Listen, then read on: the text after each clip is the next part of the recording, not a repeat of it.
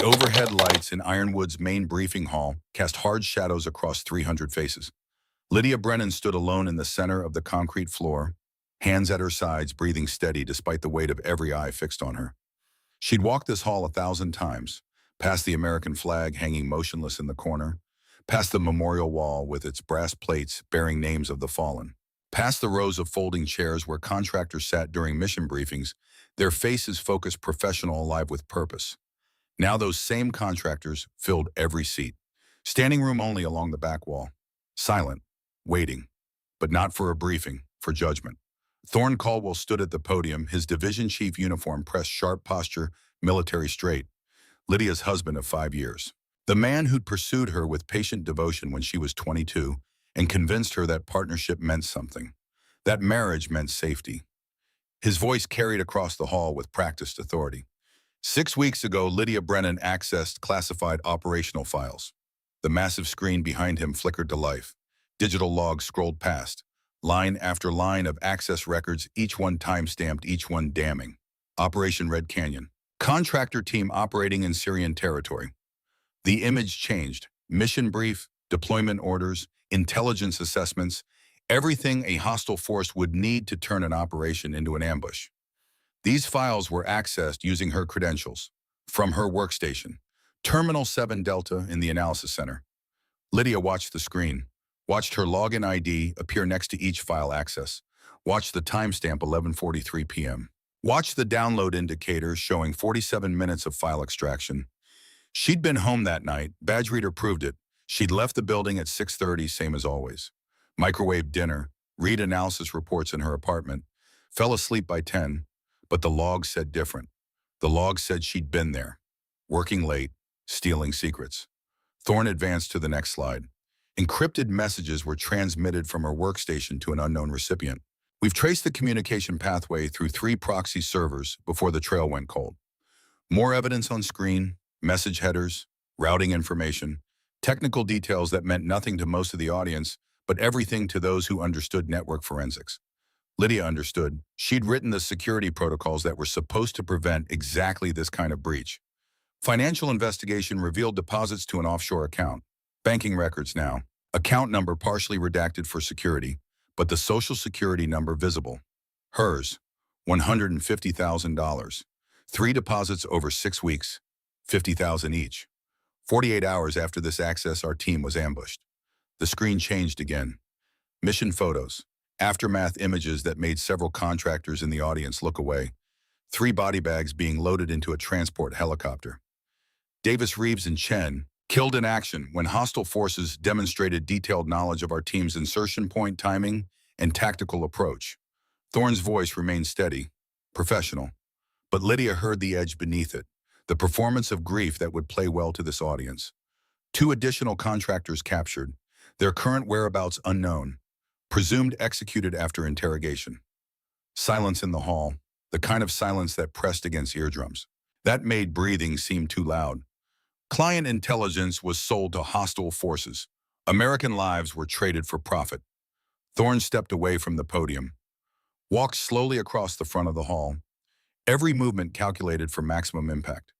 The evidence is comprehensive. Digital forensics place her at the terminal. Financial records show payment. The timeline is exact.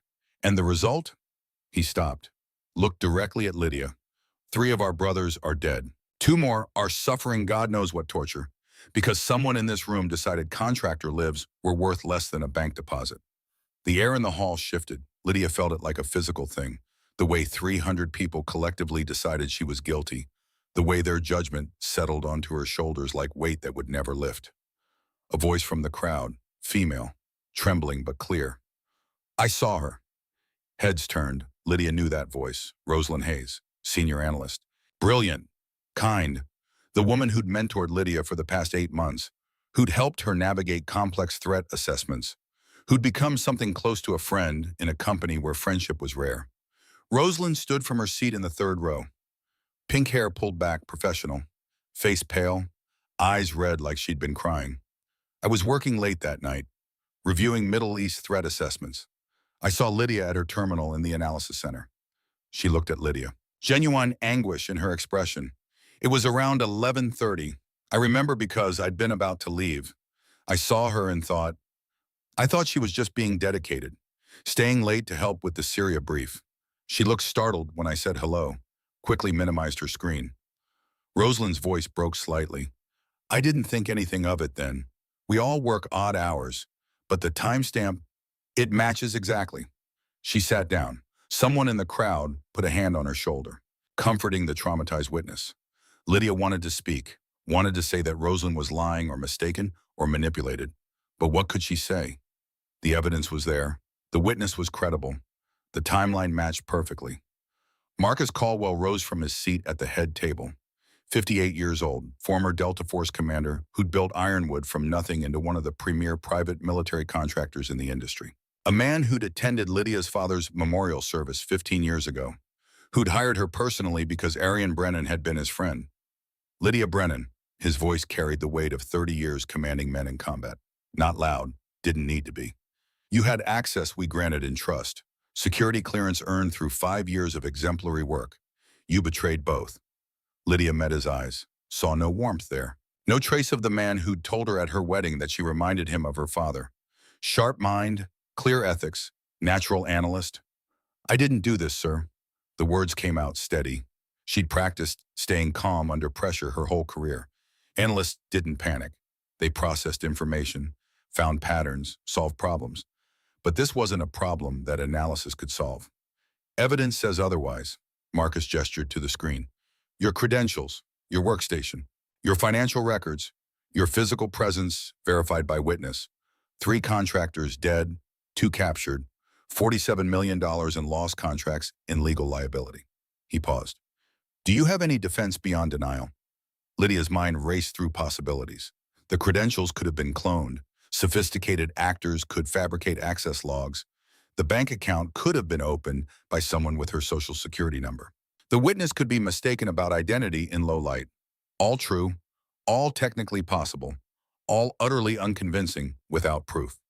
Someone with administrative access could have fabricated these logs, could have cloned my credentials, could have.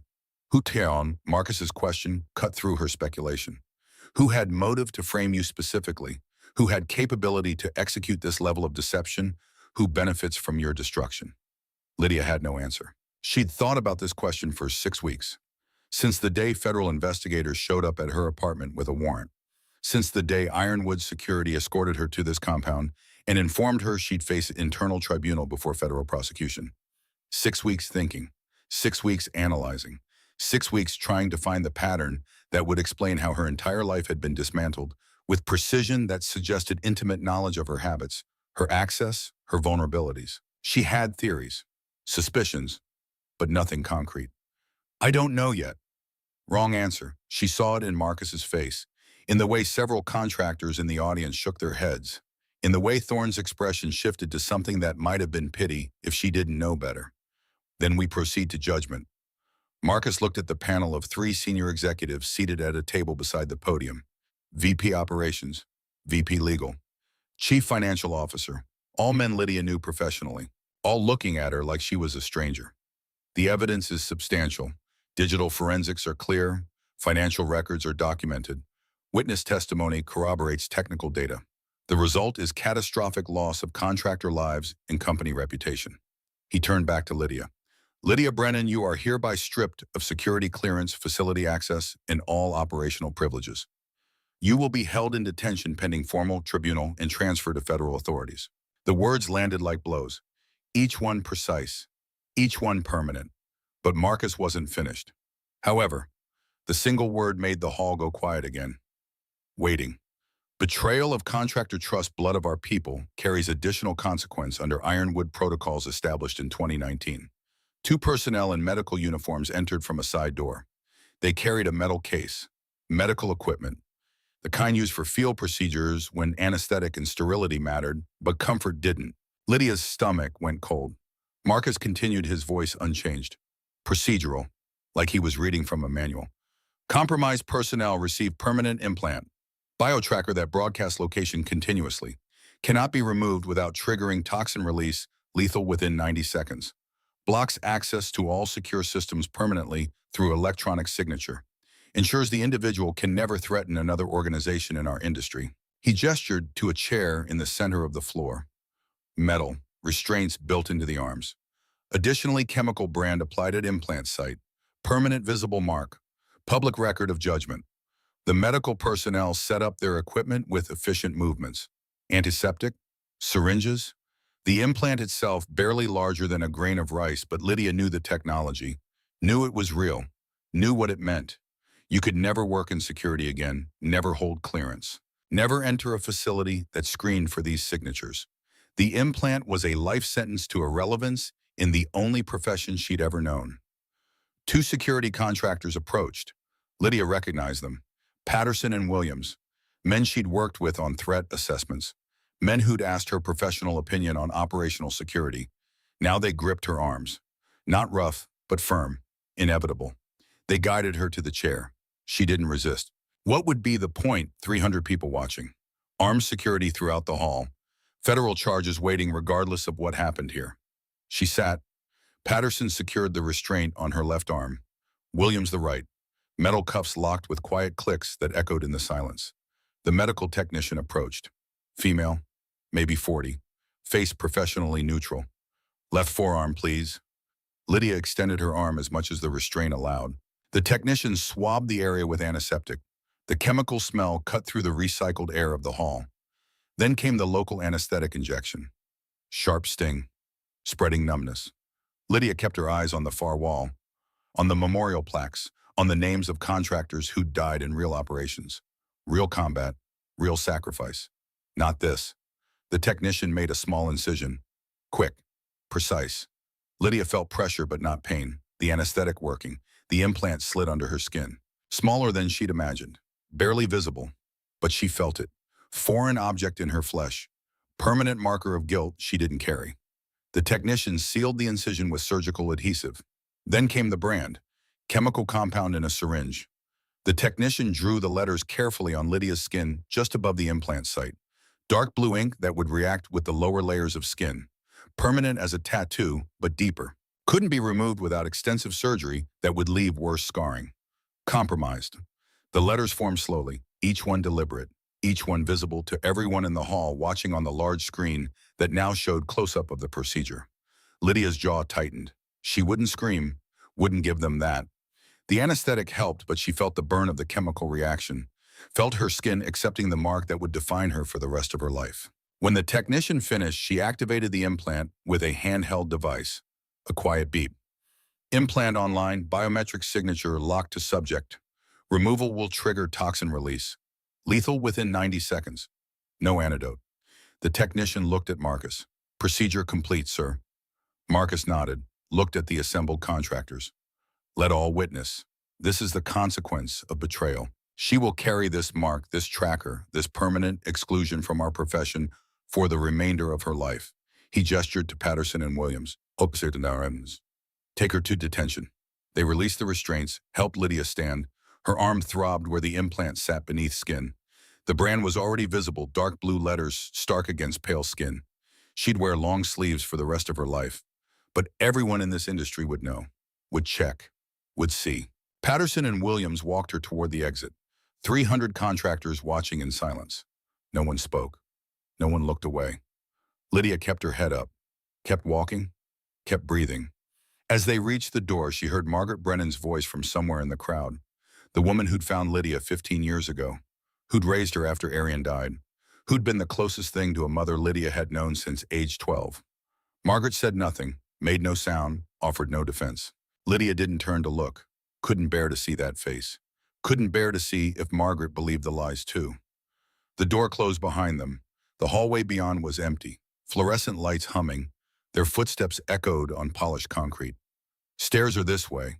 Patterson's voice was neutral, professional, like he was escorting any prisoner to detention, like they hadn't shared coffee in the break room last month, like Lydia hadn't helped him prepare a security assessment that prevented a breach in the Africa operations. None of that mattered now. They descended stairs, down, down, deeper into the compound that had been built into Montana hillside. The temperature dropped with each level. The air grew damp, smell of stone and old metal. Ironwood's detention wing occupied converted silver mine shafts beneath the main facility. 12 cells carved into rock. Originally designed for hostile subjects awaiting interrogation. Also used for contractors under discipline. Lydia had written the security assessment on this facility 2 years ago, had recommended improvements to ventilation and lighting, had noted that extended detention in these conditions would be psychologically damaging. Her recommendations had been noted and filed, never implemented. Budget constraints. Now she'd experienced those conditions firsthand. The guard station came into view. Jenkins sat at the desk. Older contractor, 20 years with Ironwood. He looked up as they approached. His expression didn't change when he saw Lydia. New resident, Patterson nodded. Direct from tribunal. Marcus wants maximum security protocols. Jenkins pulled out a clipboard, started filling in paperwork with mechanical efficiency. Name, rank, charges. Brennan Lydia, former senior analyst, espionage, conspiracy, accessory to murder of Ironwood contractors. Hearing the charges spoken aloud made them more real, more permanent. Jenkins wrote everything down, then looked at Lydia directly for the first time. Cell 6, no contact with other detainees, meals delivered through slot, 1 hour exercise per day in isolated corridor, medical check weekly, lawyer visitation subject to Marcus's approval. He stood, retrieved a ring of keys from the wall. This way. The corridor stretched ahead. Stone walls, fluorescent lights spaced too far apart, shadows pooling between, heavy steel doors with small observation windows. Most cells appeared empty, but Lydia heard sounds, breathing, movement. Someone was housed in cell 9. She caught a glimpse of shadow through that observation window. Jenkins stopped at cell 6, unlocked it with an old-fashioned key.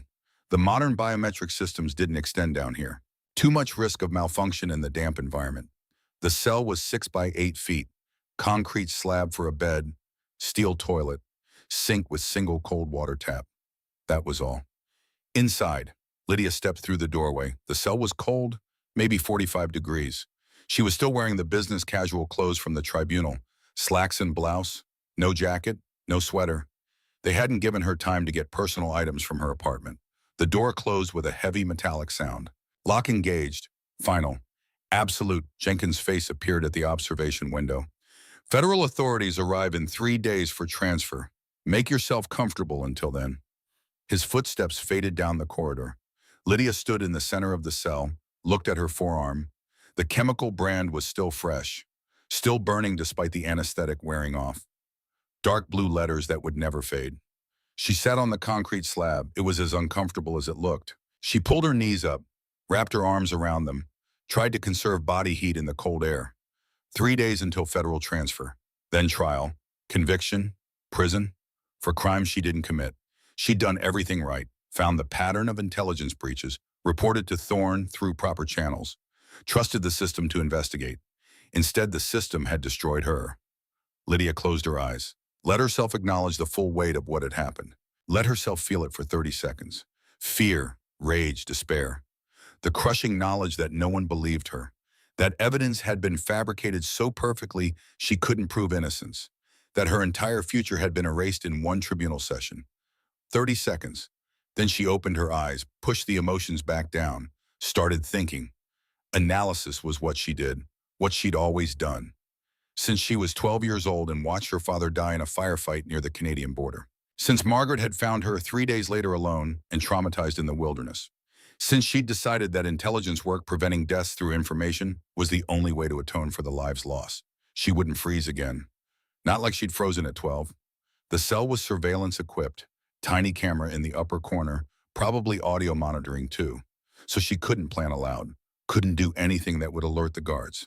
But she could think. Someone had framed her with precision, had known her schedule well enough to choose a night when she'd left early, had accessed her credentials, had created the bank account using her identity, had planted a witness who would corroborate the timeline perfectly. That required resources, technical capability, inside knowledge of Ironwood systems, and motive. Why target her specifically? Lydia ran through possibilities. She wasn't operational, wasn't a threat to anyone's position, wasn't involved in company politics, just an analyst who did her job and went home. Except 6 weeks ago she'd found the pattern. Intelligence breaches before operations. Subtle, easy to miss. But there, someone with senior access systematically stealing mission data. She'd reported to Thorne. He'd told her he'd handle it, And 2 days later, the first evidence against her appeared. Federal investigators asking questions about offshore accounts. Ironwood Security pulling her access logs. The investigation that led to today's tribunal. Correlation wasn't causation, but it was suggestive. Lydia thought about Rosalind, the witness who'd placed her at the terminal, the analyst who'd arrived 8 months ago from an East Coast security firm, who'd been brilliant and helpful and friendly. 8 months. The intelligence breaches in her report had started 7 months ago. Timeline fit. But that didn't mean anything. Lots of personnel had joined around that time. Didn't prove connection. She needed more information. Needed access to records she no longer had. Needed time to investigate that she wouldn't get before federal transfer. A sound interrupted her thoughts. Quiet, rhythmic, coming from the cell wall to her right. Scratching. Deliberate, not random. Someone on the other side making contact. Lydia stayed still, listened.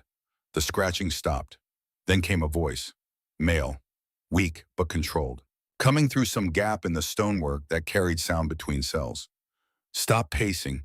Guards hear everything in these tunnels. Lydia hadn't been pacing. She'd been sitting perfectly still. But she understood the message. Someone in the adjacent cell was warning her about surveillance. She didn't respond. Didn't know who it was.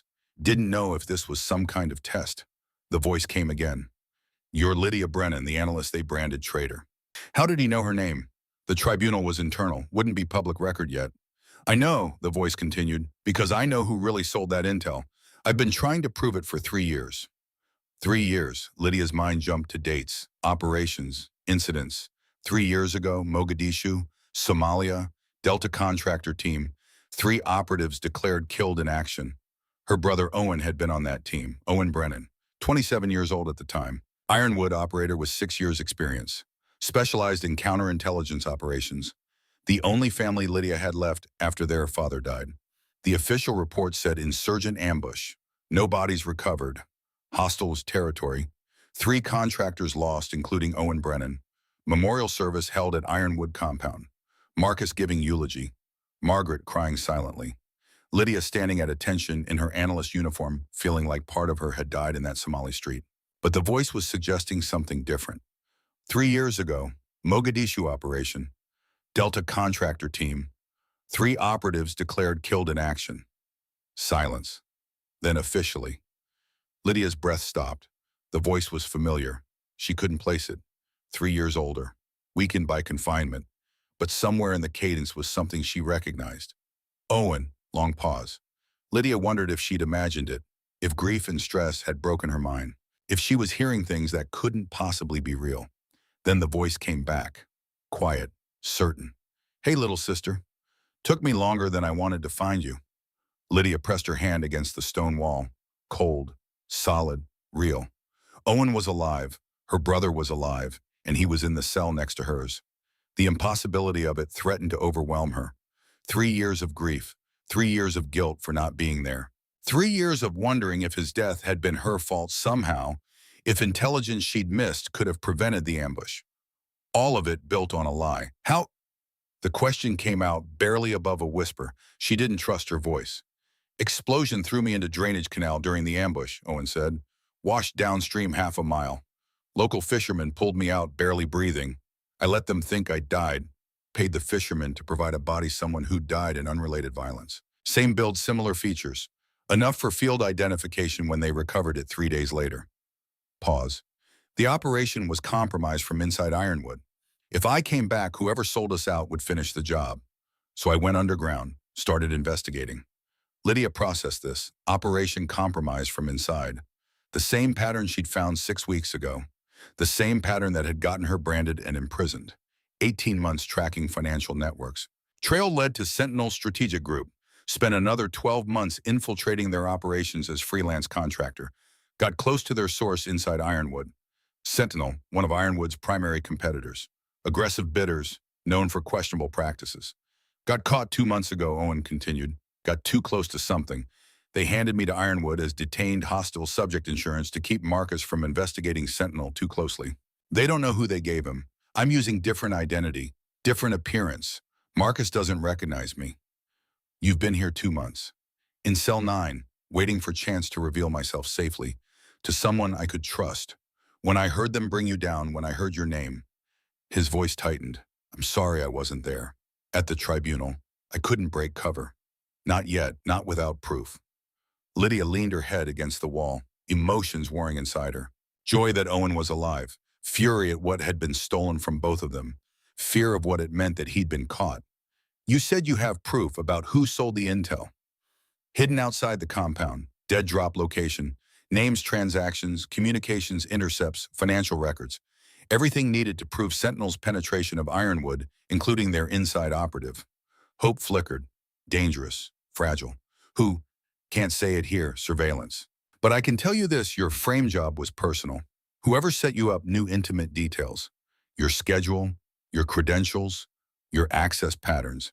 That's not just Sentinel intelligence. That's someone close to you. Lydia thought about the people close to her, thought about who had intimate knowledge, who could have cloned her credentials, who would benefit from her destruction. Thorne, her husband, the man who'd convinced her that marriage meant partnership, who'd pursued her with patient devotion, who'd told her she was special.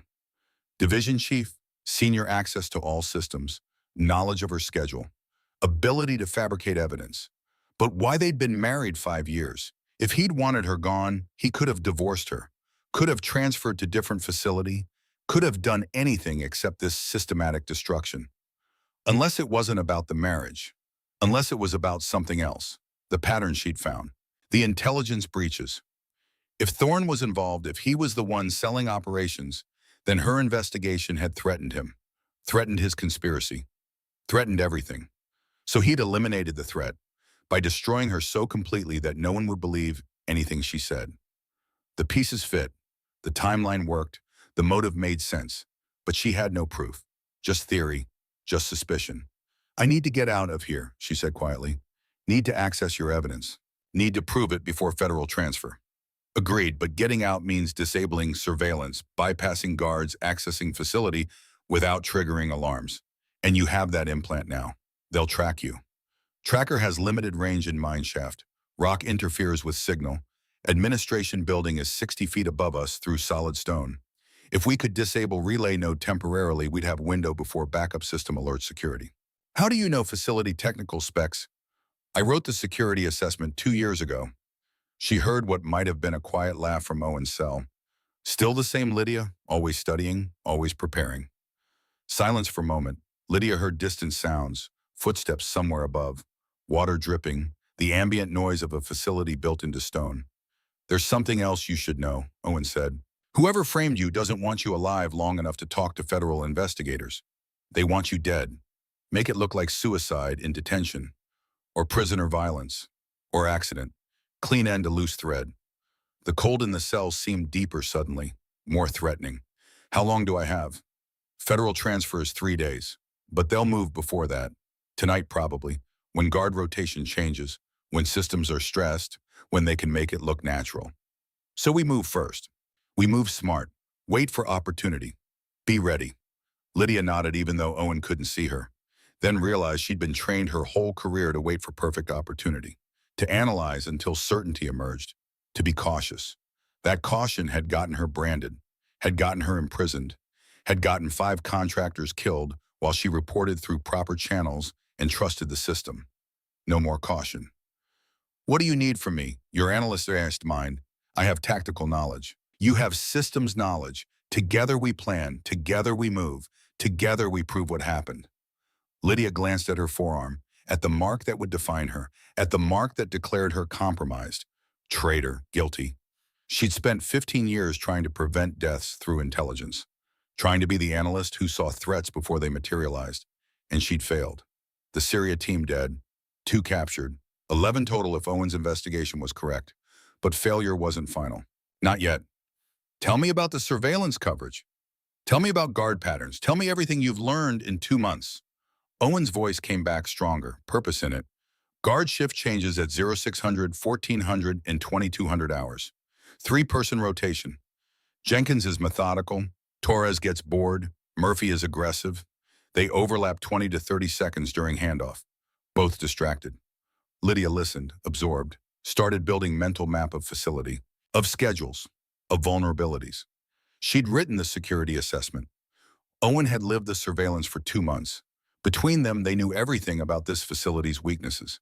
And somewhere above them, someone was planning her death. Someone who'd framed her perfectly, who'd destroyed her professionally, who'd branded her permanently. Someone who'd underestimated what 15 years of analyst training could do when survival was the only objective left. She wouldn't freeze. Not this time. The cell was cold, the brand throbbed. The implant tracked her location. But her mind was clear. Her purpose was focused. And for the first time since federal investigators appeared at her doors 6 weeks ago, Lydia felt something other than despair. She felt ready. 3 hours had passed since the tribunal. 3 hours sitting in cold darkness, thinking, planning, remembering. The sound of footsteps in the corridor made Lydia freeze. Not guard rotation, wrong timing. Too quiet, someone moving carefully, trying not to be heard. Lydia stood, positioned herself beside the door. Not a fighting stance, she had no training for that, but awareness, readiness. The footsteps stopped outside her cell. Through the small observation window, she caught a glimpse of movement, someone looking in. Then the sound of a key turning in the lock. Lydia's pulse hammered. This was it. Whatever Owen had warned about. The attempt to silence her before federal transfer. The door swung open. Margaret Brennan stood in the doorway, 55 years old, Ironwood logistics coordinator for 20 years. The woman who'd found Lydia at age 12, who'd raised her, who'd been the closest thing to a mother she'd had since her real mother died. Margaret's face was pale, eyes red like she'd been crying, hands shaking slightly. Lydia. The word came out broken, uncertain. Lydia didn't move, didn't trust this, didn't know what was happening. I need to talk to you. I need to... Margaret stopped, seemed to struggle with something. I need to understand. Understand what? Why you did it? Why you would betray? Her voice cracked. Arian trusted Ironwood with his life. He died serving this company. And you sold our operations. You got contractors killed. The accusation landed like physical blows, each word precise, each one devastating. Lydia forced herself to stay calm, to think like an analyst, to see the pattern. Margaret believed it, genuinely believed Lydia was guilty. The psychological manipulation had worked completely. I didn't do it. The evidence was fabricated by someone with administrative access who knew exactly how to make it look real. Margaret shook her head, like she'd expected this denial, like it confirmed something. You always had an answer, always had an explanation. Even when you were 12, when we found you after your father died, you had a story for why you survived when he didn't.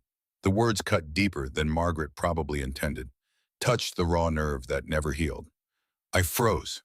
I was 12 years old and I froze in fear. He died protecting me. That's not a story. That's what happened.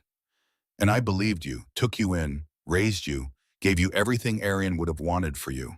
Margaret's voice hardened. And you repay that by destroying the company he died for. Lydia wanted to scream, wanted to grab Margaret and shake her until the manipulation broke. Until she saw truth instead of the fiction Rosalind had carefully constructed. But that wouldn't work. Margaret was too far gone, too convinced, too broken by the lies she'd been fed. Why are you here, Margaret? The question seemed to surprise her. She blinked, refocused. Thorne asked me to talk to you, before federal transfer, to see if you'd confess, if you'd tell us who you sold the intelligence to. The investigators need to know the full scope. There it was. Not maternal concern, not doubt about the verdict. Thorne had sent her to extract information, to confirm guilt, to tie up loose ends. And Margaret had come because she believed, because Rosalind's psychological operations had been that effective. Lydia felt something break inside her, something that had still been hoping, still been believing that maybe Margaret would see through the lies, would remember 15 years of raising her, would choose their relationship over the evidence. But Margaret had chosen wrong, just like everyone else. I have nothing to confess. I didn't do what they accused me of. Someone framed me perfectly, and you're helping them finish the job. Margaret's expression shifted. Something like pain crossed her face, but she didn't waver. I'm sorry you won't tell the truth. I'm sorry you're going to federal prison still lying. Arian deserved better than this. She turned to leave. Lydia's voice stopped her. Did Rosalind suggest you come talk to me? Margaret froze, turned slowly. What, Rosalind Hayes, did she suggest that talking to me might help? Did she mention that maybe I'd confess to you? Did she plant that idea over coffee or lunch or one of those friendly conversations you've been having? Margaret's face went pale. How did you? Because that's what she does. Psychological operations. Plant suggestions. Guide people to conclusions without them realizing they're being manipulated. She's been working on you for 8 months, making you doubt me, making you afraid of me, making you believe I'm capable of this. That's insane. Is it? Think about when you started feeling distant from me. Think about when you started doubting.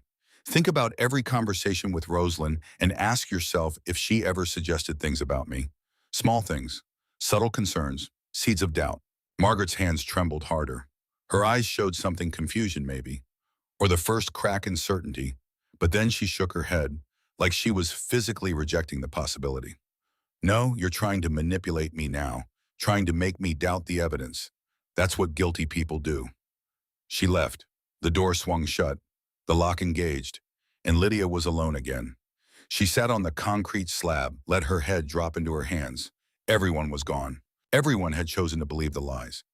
Even Margaret, especially Margaret, the woman who'd found her, who'd raised her, who should have known her well enough to see through fabricated evidence. Gone. Owen's voice came through the wall. Quiet, careful. I heard, I'm sorry. Lydia didn't respond, couldn't find words. Margaret's been compromised.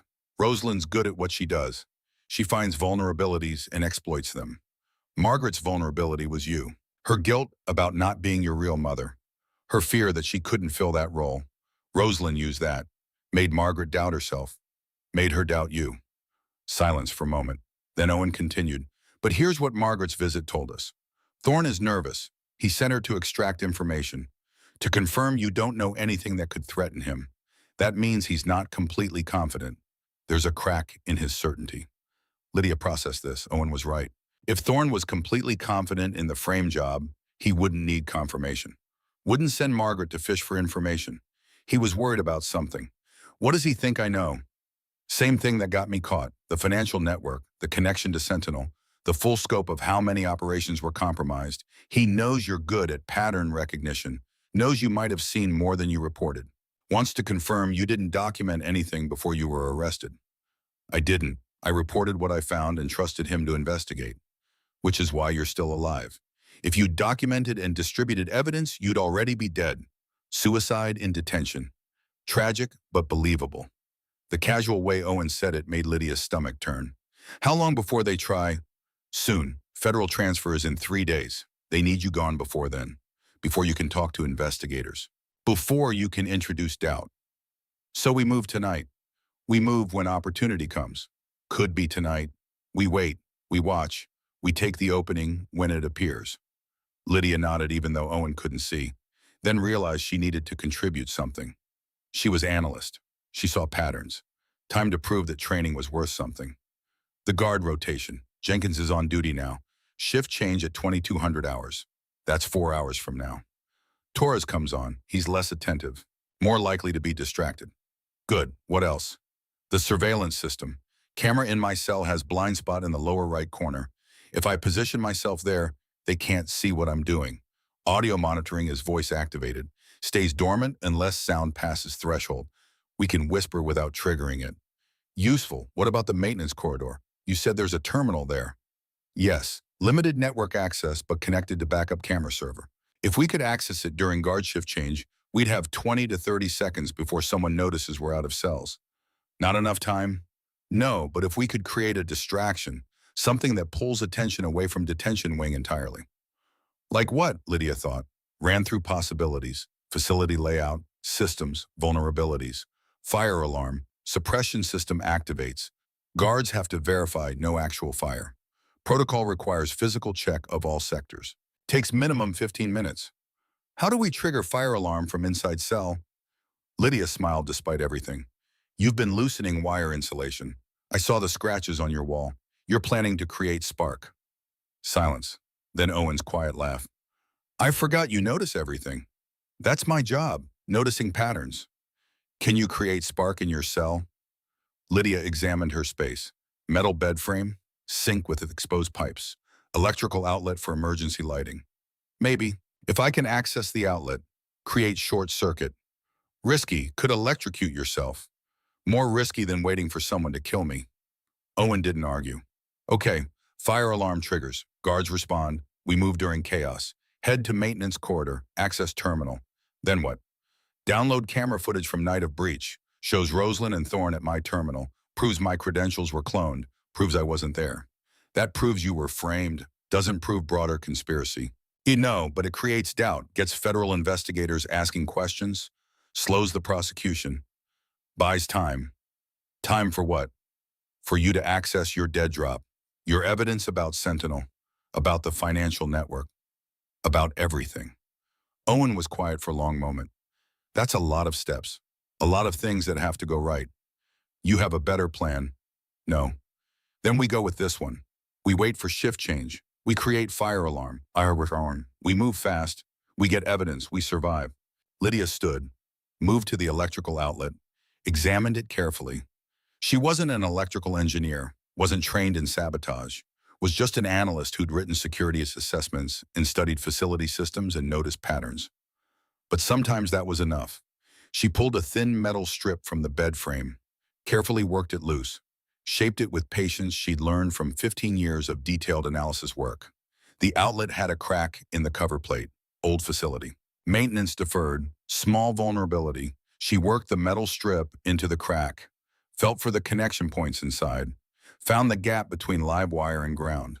One touch would create short circuit, would trigger fire suppression system, would start the chaos they needed.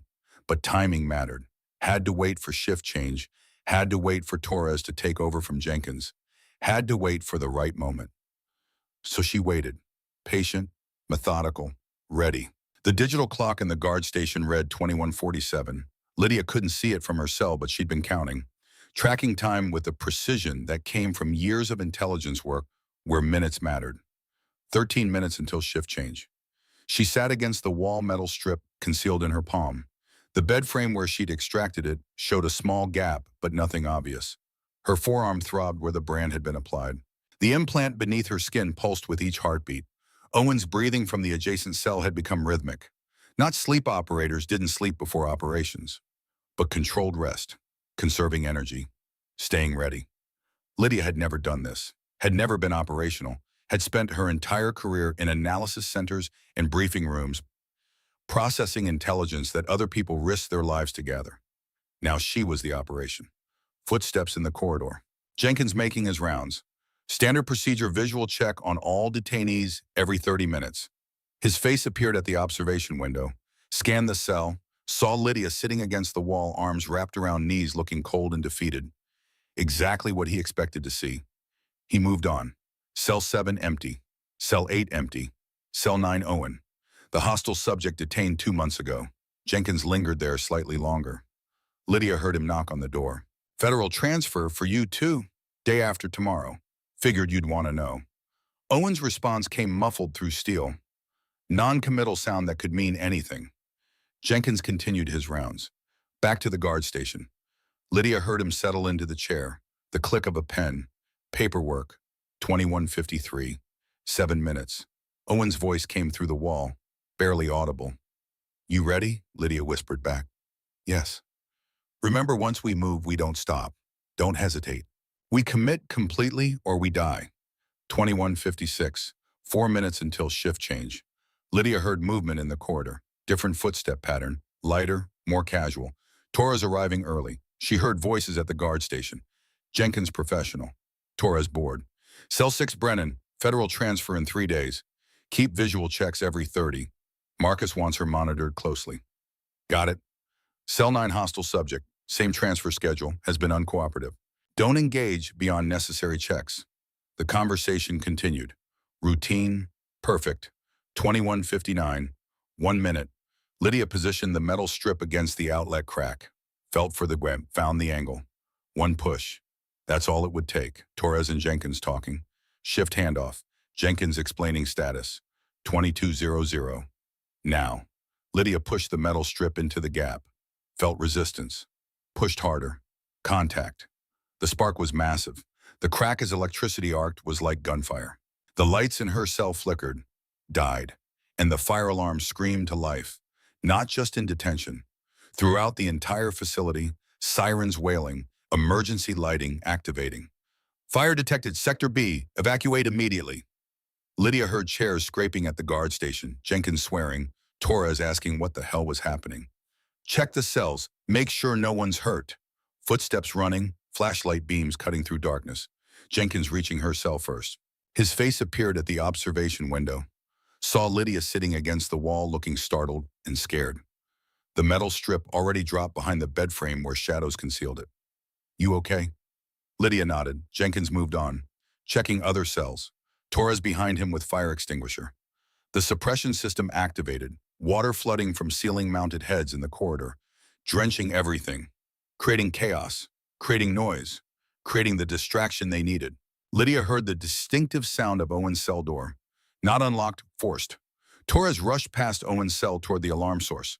Owen's hand shot through the observation slot, grabbed Torres's collar, slammed his head against the doorframe.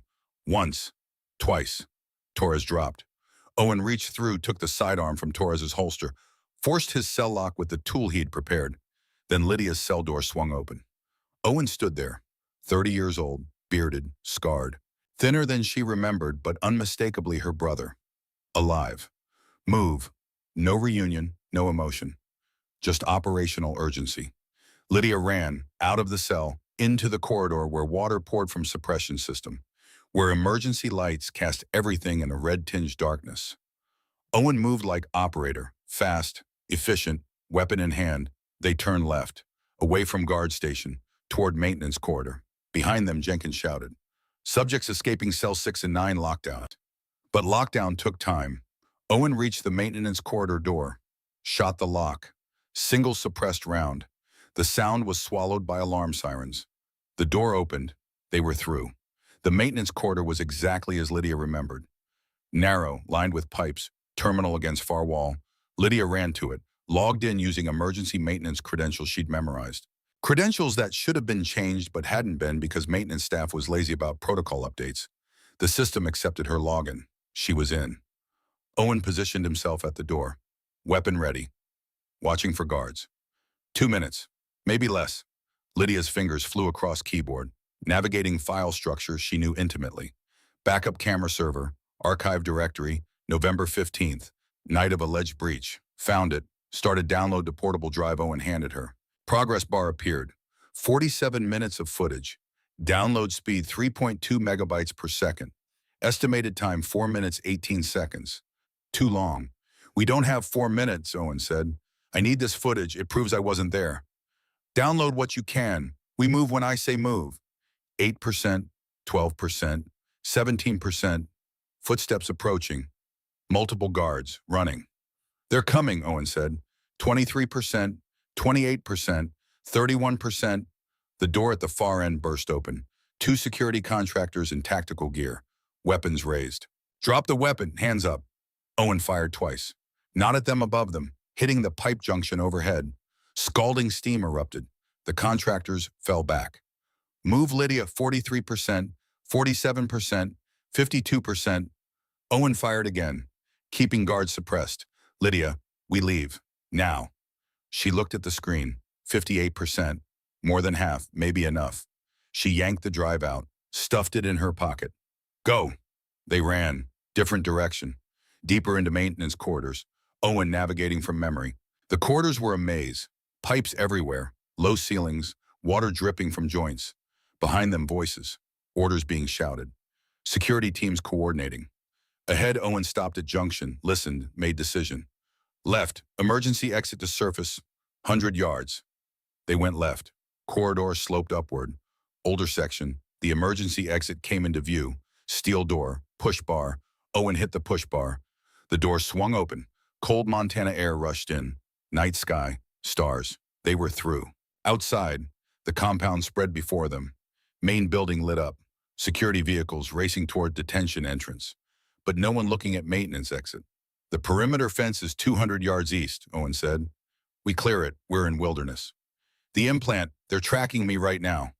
Range limitation and facility bought us time. Outside, they'll pinpoint location within seconds. We move fast. They ran across open ground toward the fence line, every step expecting gunfire. Nothing yet. Chaos at detention wing had everyone focused there. The fence was 12 feet, chain link, topped with razor wire. Owen pulled wire cutters from jacket. He cut quickly, created gap large enough to crawl through. You first. Lydia dropped. Crawled. The gap was tight. Razor wire scraped her back. Drew blood. She was through. Owen followed. They were outside the fence. Free. Run. Due east. There's a creek 2 miles out. We follow it north. They ran into darkness. Into Montana wilderness. Into November cold. Behind them, the compound alarm changed pitch. Escape alert. Spotlights activated. Sweeping across grounds. Lydia ran harder. Her lungs burned. Her legs weren't trained for this. But adrenaline compensated. They reached tree line. Pine forest. Cover. Owen slowed slightly. Listen. They stopped, both breathing hard. Behind them, voices. Dogs barking. Vehicle engines. They'll track the implant, Lydia said. Yes, but terrain will slow them. They started moving again. Owen navigating by starlight. The forest was dense. Root systems made footing treacherous. The cold bit through inadequate garments, but they moved because stopping meant capture. After 20 minutes, they reached the creek. Running water. Cold. Wade in, walk upstream. Water will mask scent for dogs. They entered the creek. The shock of cold water was brutal, but it would work. They walked upstream, carefully. Rocks were slippery. Lydia's teeth chattered. Her body screamed warnings about hypothermia, but her mind stayed clear. This was survival. After another 20 minutes, Owen signaled stop. Listen, Lydia heard it. Helicopter. Thermal imaging, Owen said. They'll track us with thermal. Bodies show heat signature, even through tree cover. Can we hide from it? Not effectively. Then what? Owen looked around, then pointed to rock outcropping visible through trees. There, natural cave formation. Stone blocks thermal signature. If we can reach it before helicopter arrives, we'll have chance. They climbed out of creek, ran toward rocks. The helicopter sound grew louder. Searchlight visible through trees now. They reached the rocks, found the cave opening. Small, barely large enough for 2 people. They crawled inside. The cave was dark, cold, but it was shelter. The helicopter passed overhead, spotlight illuminating forest. So bright it turned night into day. Then it moved on. They'd hidden in time. Barely. Owen pulled out his phone. Old model, screen cracked, but functional. Still has battery. No signal here, but I can check files. He accessed something. Maps, coordinates. Dead drop is 8 miles north. Mountain terrain. We hike it, will take 6 hours minimum. 6 hours they'll be searching. Yes, but it's only chance. I need that evidence. Lydia pulled out the portable drive. I have evidence too. Camera footage showing Rosalind and Thorne at my terminal. Proves I was framed. Proves you're innocent. Doesn't prove broader conspiracy. We need both. He was right. Her evidence cleared her name. His evidence exposed the operation. Both were necessary. Then we hike. 6 hours. Owen nodded. Rest first. 10 minutes. Let body recover. Lydia leaned against cave wall, let herself feel the exhaustion, the pain, but also something else. Hope. They'd escaped. They had evidence. They were together. It wasn't victory. Not yet. But it was progress. Owen, yeah, thank you for surviving, for investigating, for being here. We're family, Lydia. That means something. It did. More than she'd realized during 5 years married to man who'd seen her as tool. 10 minutes, Owen said. Then we move. Lydia closed her eyes, let her body rest. Outside, the helicopter made another pass, searchlight sweeping, finding nothing. The stones shielded them. For now. Time to move, Owen said. They crawled out of cave, into forest, into darkness. East first to confuse pursuit, then north toward the dead drop. If they could reach it, if they could survive. Too many ifs, too many variables. But Lydia had learned something in detention. Sometimes you move despite the odds, despite the fear, because moving was better than waiting to die. They moved through forest, brother and sister, both marked, both hunted, both determined to survive long enough to prove the truth. Behind them, Ironwood compound blazed with lights, security teams organizing, dogs tracking, helicopters searching. Ahead, 8 miles of mountain wilderness, 6 hours of hiking, and evidence that would change everything, if they lived that long.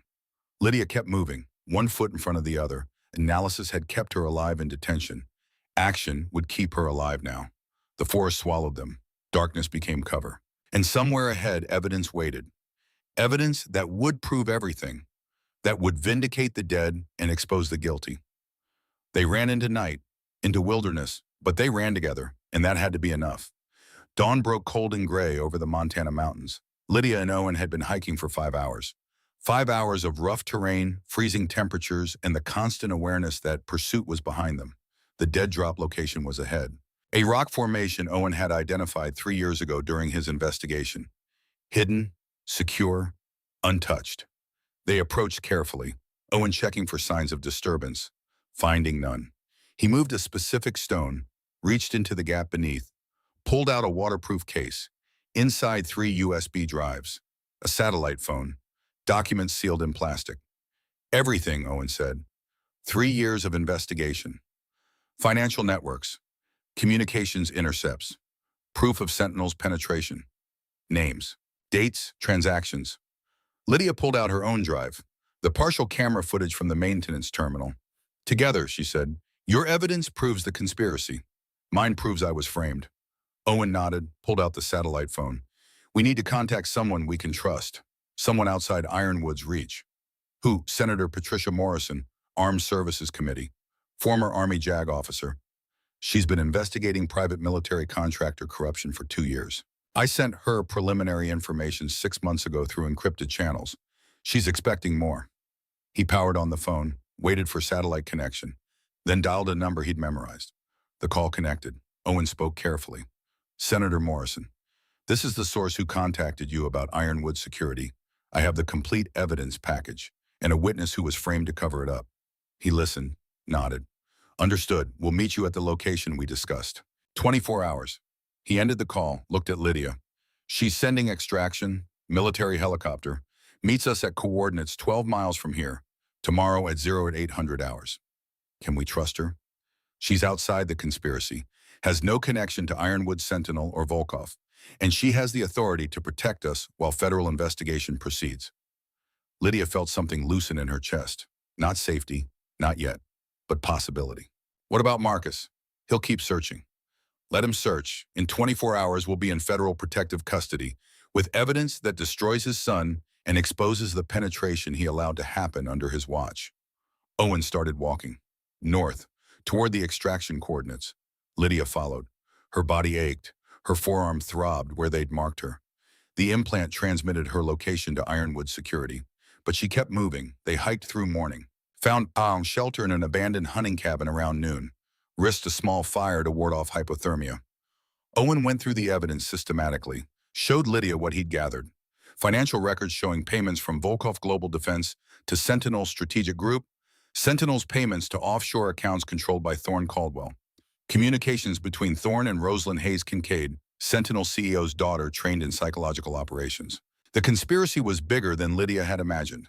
Volkov Global Defense, Russian-influenced defense contractor, had hired Sentinel to destroy Ironwood after losing a $600 million contract. Sentinel had planted Rosalind, recruited Thorne through manipulation of his obsession with a prophecy about a woman who would make him industry king. Lydia was supposed to be that woman. When she wasn't, Thorne had eliminated her to make room for Rosalind. There's more, Owen said quietly. Marcus knew. Lydia's head snapped up. What? Not about you specifically, but he'd suspected Thorne was compromised for 6 months. Since Rosalind arrived with credentials he hadn't personally approved. He let it play out, wanted to see how deep the corruption went. He let me be branded, imprisoned. While he watched, he used you as bait to make Thorne confident, to expose the full network. Rage flooded through Lydia, white hot, blinding. Marcus had known, had suspected, had let her be destroyed anyway. For the mission, for the larger objective, for whatever operational necessity he'd convinced himself justified it. We prove it, Lydia said, voice cold, controlled. We prove everything. Thorne, Rosalind, Volkov, and Marcus's complicity. Owen nodded. That's the plan. They spent the afternoon preparing, organizing evidence, building the narrative, anticipating questions. As sunset approached, they heard it, distant but unmistakable. Helicopters. Multiple. Ironwood security. Still searching. Owen and Lydia moved deeper into the forest, away from the cabin, into terrain too rough for landing. The helicopters passed, searchlights sweeping, thermal imaging scanning, but the evidence case was shielded, and Owen and Lydia had learned to mask heat signatures using terrain and cold water. The helicopters moved on. Night fell. They didn't risk fire. Huddled together for warmth. Waited. 12 more hours until extraction. 12 more hours until they could prove everything. Lydia looked at the permanent scar, visible even in darkness. The permanent mark declaring her compromised. Soon everyone would know the truth, that the real traitor was the man who'd put it there. She closed her eyes, rested. Tomorrow, everything would change. The military helicopter arrived exactly at 0800 hours.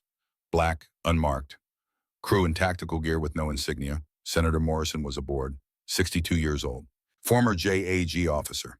Sharp eyes that missed nothing. Mr. Brennan, Mrs. Brennan, you're safe now. They climbed aboard.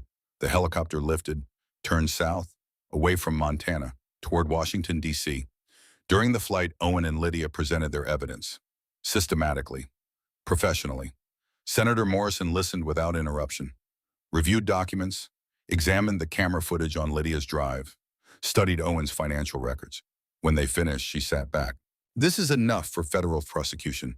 Espionage, conspiracy, multiple counts of accessory to murder. She looked at Lydia. And enough to clear you completely. The framing is obvious once we see the camera footage.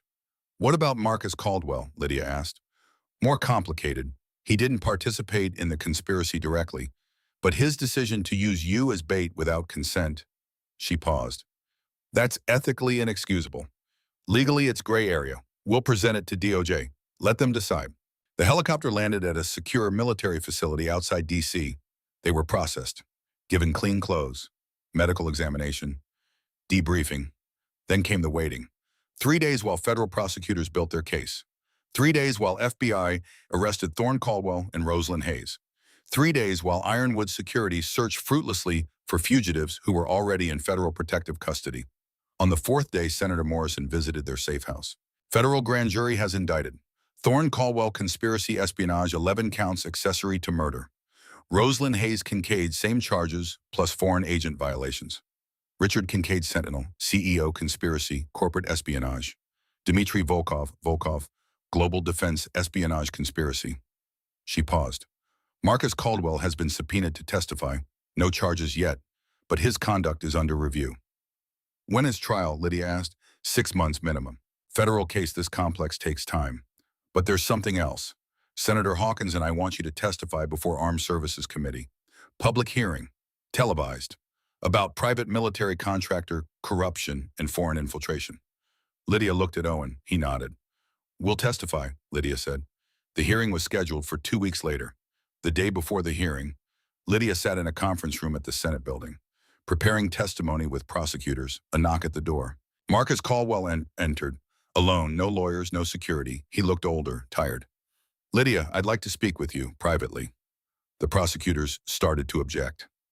Lydia raised her hand. It's fine, give us 10 minutes. They left, reluctantly. Marcus sat across from her, looked at the brand on her forearm, the permanent mark he had authorized. I'm not here to apologize, he said, because I'm not sorry I did it. Only sorry it had to be you. Lydia said nothing, waited. I suspected Thorne was compromised 6 months before your tribunal, when Rosalind arrived, when I saw he'd bypassed background checks, when I noticed operational intelligence was leaking. He met her eyes.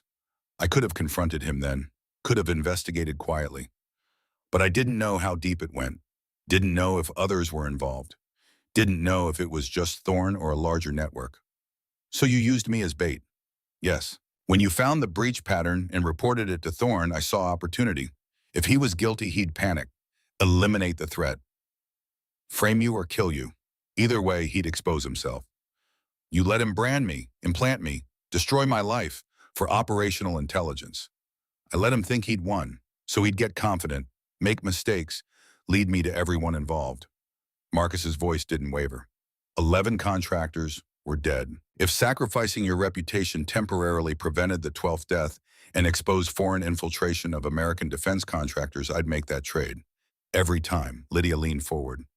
You had a choice, Marcus. You could have told me, asked me to volunteer for the operation. I would have said yes, would have played the role willingly, but you didn't give me that choice. You just used me. If you'd known, Rosalind would have detected it. She's trained in reading deception. Only authentic suffering would convince her you were truly destroyed. You don't know that. You assumed it. You made the call that my suffering was necessary without my consent. Silence. Marcus nodded slowly. You're right. I made that call, and I'd make it again. That's what command means. Making choices where everyone loses something and you pick the least worst option. That's what you tell yourself to justify it. No, it's what I know. From 30 years leading men in operations where perfect choices don't exist. Lydia stood, looked down at him. Thorne is going to prison for 25 years. Rosalind for 30. Volkov is being extradited to face espionage charges. You helped expose them. That matters. But what you did to me, using me without consent, letting me be tortured for your operation, that was wrong. And you know it. Marcus met her eyes. Yes, using you without consent was wrong. But stopping Volkov and exposing the conspiracy was right. I can't apologize for the outcome, only for the cost you paid. That's not for you to decide alone. That's the point you're missing. She walked to the door, stopped. Tomorrow I testify.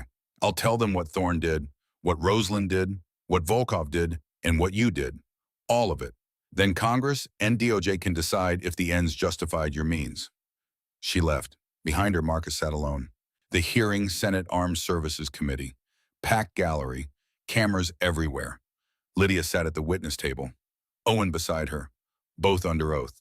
Senator Morrison led the questioning. Ms. Brennan, please describe what happened on the day of your tribunal. Lydia did. Methodically, factually, no emotion. The branding, the implant, the detention, the escape. She showed the committee her forearm, the chemical scar compromised. This brand was applied based on fabricated evidence. Evidence created by my husband Thorne Caldwell and Sentinel operative Rosalind Hayes to cover up their conspiracy to sell American military intelligence to foreign adversaries. Gasps from the gallery. She continued, presented the camera footage, showed Rosalind and Thorne at her terminal, proved her credentials were cloned. Then Owen presented his evidence. 3 years of investigation, financial networks, 11 operations compromised, 14 contractors killed. The hearing lasted 6 hours. At the end, Senator Morrison asked one final question. Ms. Brennan, what reforms do you recommend to prevent this from happening again? Lydia had prepared for this. 3 things. First, independent external verification of all internal investigations at private military contractors. No company should investigate itself when contractor lives are at stake. She paused. Second, mandatory cooling period between accusation and punishment. 48 hours minimum. Emotions must not drive judgment. Third, accused personnel must have full access to all evidence before any tribunal. No secret evidence. No hidden accusations. Senator Morrison nodded. The Brennan Standard. We'll draft legislation incorporating these principles. The hearing adjourned. Lydia and Owen walked out to a storm of media. Cameras, questions shouted. They didn't stop. Kept walking. Got into the federal vehicle waiting. It was done. 6 months later, Federal Courthouse, Eastern District of Virginia.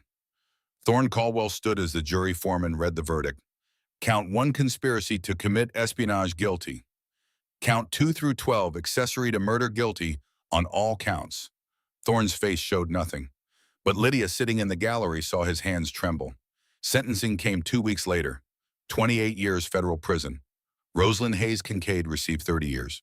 Richard Kincaid, 18 years. Dmitry Volkov was extradited to face charges in both U.S. and allied nations. Marcus Caldwell was not charged, but he resigned from Ironwood. The company underwent federal oversight. New leadership. New protocols. The Brennan Standard became law, applied to all private military contractors with federal contracts. 1 year after the tribunal, Lydia stood in front of Ironwood's main building. She'd been invited back, not as employee, as consultant. The new CEO, external hire with no ties to the Caldwell family, had asked her to oversee security reform implementation. She'd accepted, on her terms. Inside, the main briefing hall had changed. The memorial wall now included new names. The 11 contractors who died in operations compromised by Thorne and Rosalind: Davis, Reeves, Chen, Morrison, Pack, Schultz, Williams, Kowalski, Diaz, Thompson, Hayes, each with a plaque. Betrayed by those they trusted, avenged by those who remembered. Lydia placed her hand on the wall, felt the cold metal, a voice behind her. Ms. Brennan, she turned, young analyst, maybe 24, nervous. I'm Sarah Mitchell, junior analyst. I wanted to thank you for the Brennan Standard for making sure what happened to you doesn't happen to anyone else. Lydia nodded. Just doing what should have been done from the start. Verifying before judging. Evidence before emotion. Sarah hesitated. Then the brand. Does it still hurt? Lydia looked at her forearm, the permanent mark. Dark blue letters that would never fade. Every day, she said honestly. But it also reminds me why the work matters. Why verification matters. Why we can't rush to judgment. She pulled down her sleeve. Covered the mark. Some scars we keep visible. Some we cover. But all of them teach us. If we let them. Sarah nodded, understanding. Lydia walked to the conference room. New security team waiting. Protocols to implement. Systems to improve. The work continued. The mission continued. But now it was on her terms. With her standards. With the changes that ensured no one else would carry a false brand. That evening, Lydia's apartment. Small. Efficient. No reminders of her marriage to Thorne. No photographs of the life she'd lost. Just work. Purpose. Forward motion. A knock at the door. Owen. She let him in. He carried takeout. Thai food, their father's favorite. They ate in comfortable silence. Then Owen spoke. Margaret called me today. Lydia's fork stopped halfway to her mouth. What did she want? To apologize again. She's been calling once a month for a year. I keep telling her you're not ready. I'm not. I know, but Lydia, she was manipulated. Rosalind's psyops were professional grade. Margaret genuinely believed you were guilty because Rosalind made her believe it. I know that intellectually doesn't change how it felt. Watching her believe lies over 15 years of raising me. Owen nodded, set down his fork. Dad used to say forgiveness isn't for them.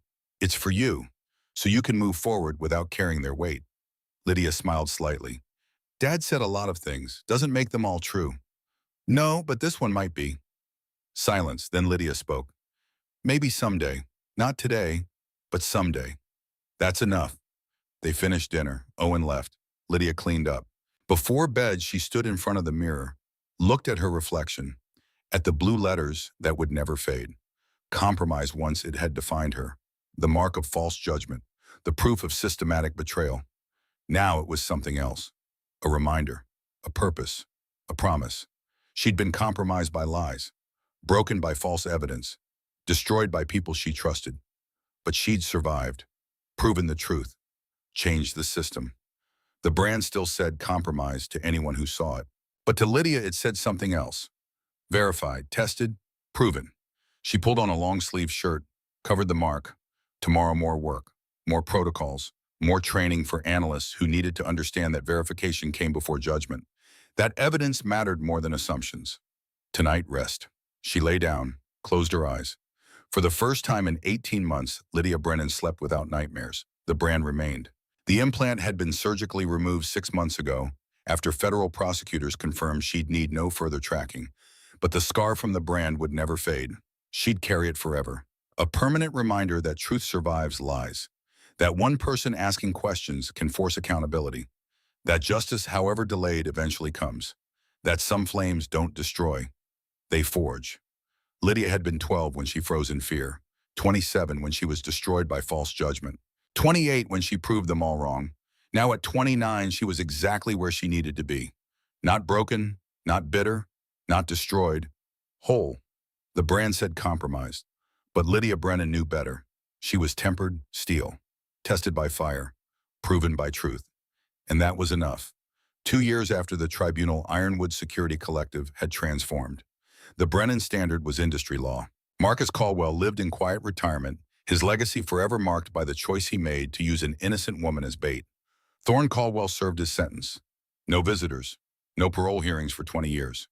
Rosalind Hayes Kincaid cooperated with prosecutors. Her testimony helped dismantle Sentinel's operations across 3 continents. Owen Brennan returned to operational work, this time for a different company. One with verified ethics. Margaret Brennan sent letters monthly. Lydia read them. Didn't respond, not yet, but she kept them, all of them, because someday maybe forgiveness would be possible. And Lydia, she became chief security analyst for the Federal Oversight Committee monitoring private military contractors, making sure the Brennan Standard was enforced, making sure no one else carried a brand they didn't deserve. The scar remained visible. She stopped covering it. Let people see. Let them ask. Because every time someone asked about the brand, she got to tell them, this is what false judgment looks like. This is why evidence matters. This is why we verify before we condemn. And slowly, one conversation at a time, the industry changed. Not perfect, never perfect, but better. And Lydia Brennan Mark tested, proven, made sure it stayed that way. Some scars tell stories, hers told the truth. And truth in the end was all that mattered.